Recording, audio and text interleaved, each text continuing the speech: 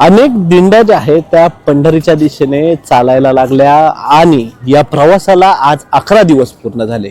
या 11 दिवसात वेगवेगळ्या कथा आपण ऐकल्या, वेगवेगळे व्हिडिओज पाहिले, वेगवेगळ्या वारकऱ्यांशी संवाद साधला आणि वेगवेगळ्या दिंडीत आलेल्या वारकऱ्यांच्या मनातल्या भावना जाणून घेतल्या।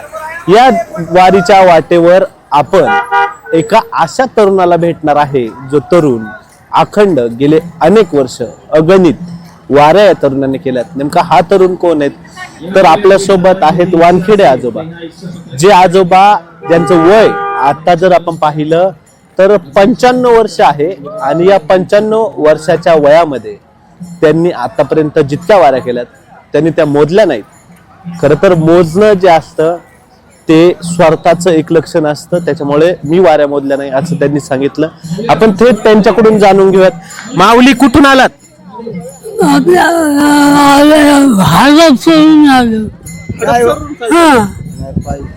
गाव कोणतं गाव? आमचं तालुका उमरखेड, जिल्हा यवतमाळ।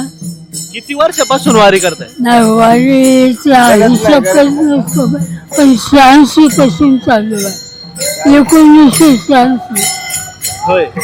काय काय वाटतं एवढं वय झालंय तुमचं? 95 वय झाले, 5 आता 100 होतील, 5 हे झालं, एवढं वय झाले अजूनही चालेल त्रास होतो का? पाय चालतं, फक्त ऐकू येत नाही आणि असं ओळखू येत नाही, बाकी पाय चालतं। अवकी चुकून चालली काय येत नाही, असं आहे। पुढच्या वर्षी वारीला येणार का? पुढच्या वर्षी येणार का वारीला? आता ते देवाकडे हवायला, देवानं पाय चांगले ठेवले तर ये चालू। जोपर्यंत पाय चालतील तोपर्यंत वारी चुकणार नाही, असं आहे आपला ही ध्येय। काय काय वाटतं वारीला येऊन? वारीला आल्यावर काय वाटतं? वारी हे रस्ता असा आहे, या माऊलीच्या रस्त्याने चालणे, चांगलं बोलणे, चांगलं करणे, बस। काही संतांचा आशीर्वाद भरपूर आहे, काही कमी नाही। दुकानात चहा राहतं उमरखेडला, बाकी आनंद आहे सगळे। कायचं काय? कोणासोबत आला वारीत? कोणाबरोबर आला? कोणाबरोबर वारीत आला?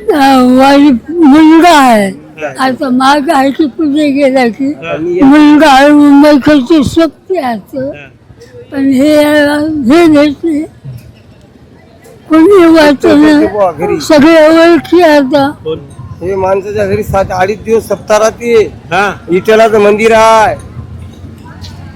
काय तुमचं नाव काय? माझं नाव विठ्ठल नागुराव वांगे, राहणार सिंगी, पोस्ट बरामगाव, तालुका उंबरखेड, जिल्हा यवतमाळ। तुम्ही बाबांबरोबर असतात कंटिन्यू? हो ना।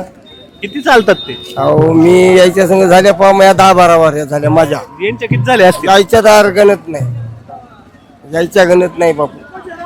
रोज किती किलोमीटर चालतं? किती किलोमीटर पायी पायी चालतं रोज? फक्त येऊन निघालो आता आपल्या याच्यापासून आपल्या मुकामापासून पालखीच्या पुढे आले, पटापटा पटापटा चालत आले तुम्ही पालखीच्या पुढे?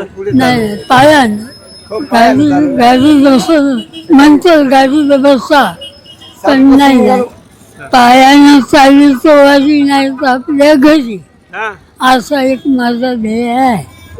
पंढरपूर पर्यंत आता पंढरपूर पायानं।